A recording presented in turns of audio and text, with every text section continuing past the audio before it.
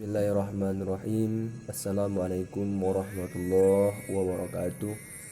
Perkenalkan, nama saya Agung Sodiki Manurung, NIM 4520015.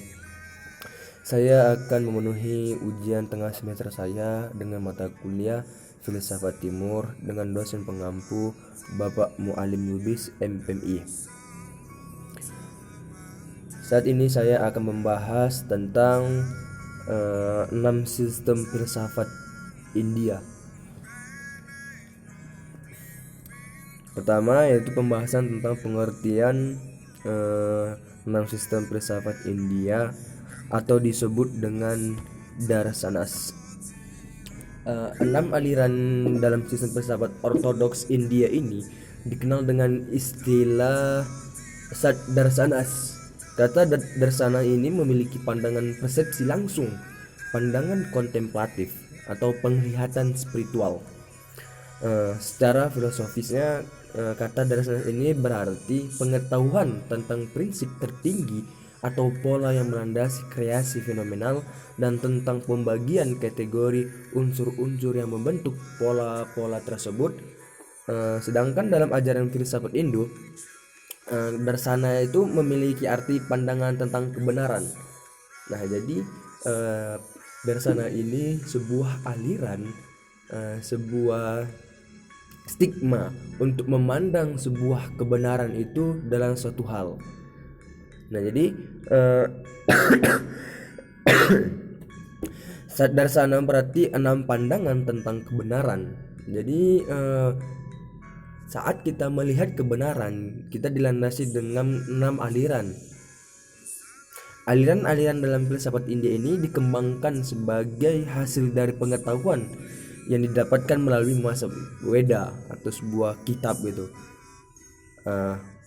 Keenam sistem filsafat itu dikelompokkan menjadi 3 pasangan. Jadi 6 dibagi menjadi 3. Jadi setiap aliran itu ada 2 sistem filsafat untuk memandang sebuah kebenaran. Lanjutnya itu aliran filsafat India. Aliran filsafat India ini dikembangkan sebagai hasil dari pengetahuan yang didapatkan melalui masa Weda, Brahmana. Dan dalam sejarah pemikiran India, keenam sistem filsafat ini dikelompokkan menjadi pasangan ganda dan setiap pasangan merupakan aspek yang saling melengkapi. Jadi dari setiap sistem filsafat India ini, mereka saling melengkapi untuk memandang sebuah kebenaran.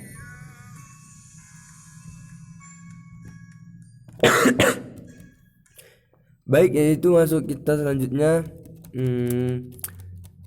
apa saja sistem filsafat yang ada di India. Yang pertama yaitu ada Nyanja, Vaisesika, Samkhya, Yoga, Mimamsa, dan Vedanta.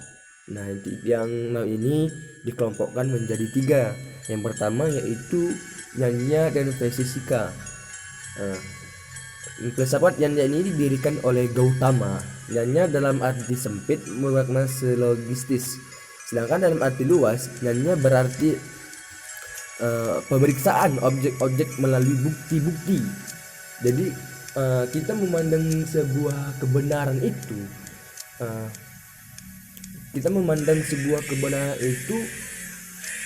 melalui bukti yang telah ada bahwasanya objek tersebut benar.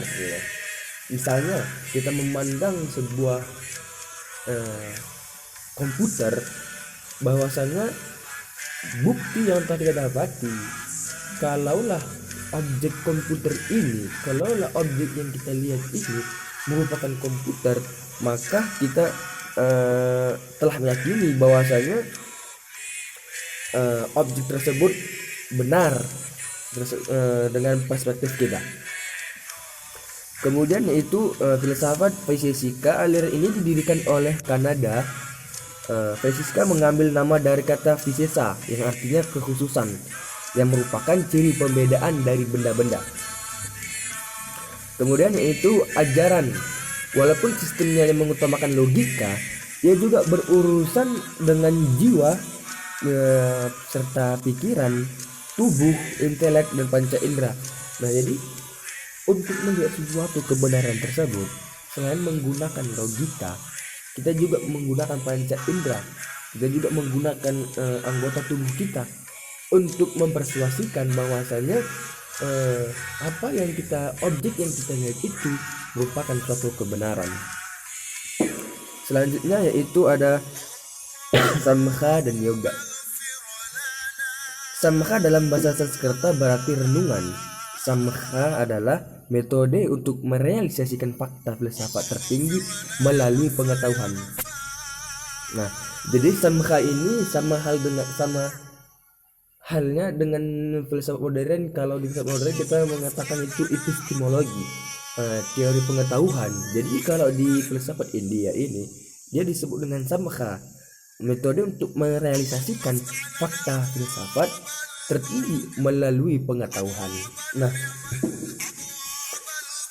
sedangkan yoga berarti kontemplasi, mewakili metode untuk merealisasikan fakta, merealkan fakta yang sama dengan samkha tadi tersebut melalui meditasi yang tetap dan konsisten, melalui perilaku, melalui tindakan yang tetap kita lakukan untuk mengungkapkan suatu kebenaran. Selanjutnya yaitu Mimamsa dan Vedanta. Oke. Secara etimologis kata Mimamsa ini berarti bertanya atau penyelidikan yang rasional. Jadi Mimamsa ini kita bertanya kan kepada suatu situasi ataupun kondisi untuk merealisasikan, untuk menemukan suatu kebenaran. Kita disuruh untuk menganalisa gitu, untuk menganalisa suatu kondisi maupun objek untuk menilai suatu kebenarannya. Selanjutnya yaitu sistem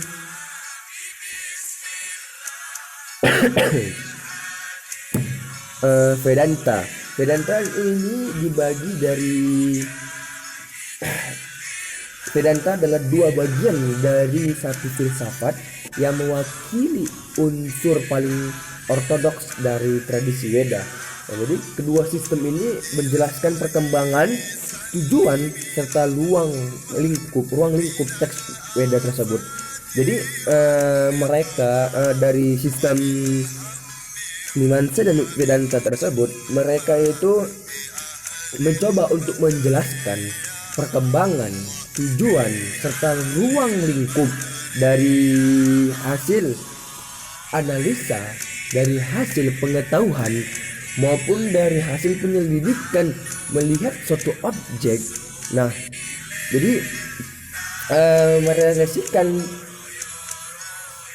semua itu untuk mencapai suatu kebenaran yang abadi dan kekal menurut dari sistem filsafat India tersebut. Nah, mungkin itu yang dapat saya sampaikan dan itu mungkin yang dapat saya jelaskan. Mudah-mudahan dapat bermanfaat bagi kita dan saya pribadi, dan dapat memenuhi tugas ujian tengah semester saya dan mendapatkan nilai yang baik dari Bapak dosen pengampu. Terima kasih. Mohon maaf. Akhirul kalam. Assalamualaikum warahmatullahi wabarakatuh.